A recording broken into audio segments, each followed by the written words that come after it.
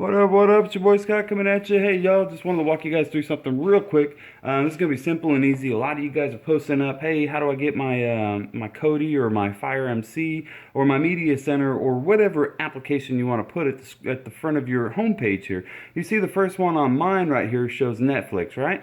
I did that on purpose. So what I'm going to do is I'm going to scroll down from the home screen right there. I'm just going to hit the down button. You see right there where it says Your Apps and Games? I'm going to scroll all the way over right there where it says See All. All right, so check this out. All right, the first one is going to be Netflix. All right, so what I want to do is I want to put my Fire MC to be the first one. You see this little deal right here? It says options. You see kind of where my finger's at? We want to push that three-line button, right? So what you're going to do is push that. We're highlighted on Fire MC right here. All right, so I'm going to go ahead and move that to the front. All right, now check this out. I'm going to hit the back button. Boom. What's up, guys? You just click right on that, and boom, what's this? What happens? Dun, dun, dun, dun, dun, and it just popped right up. All right, guys. So that's how you move it to your home screen. Take it easy.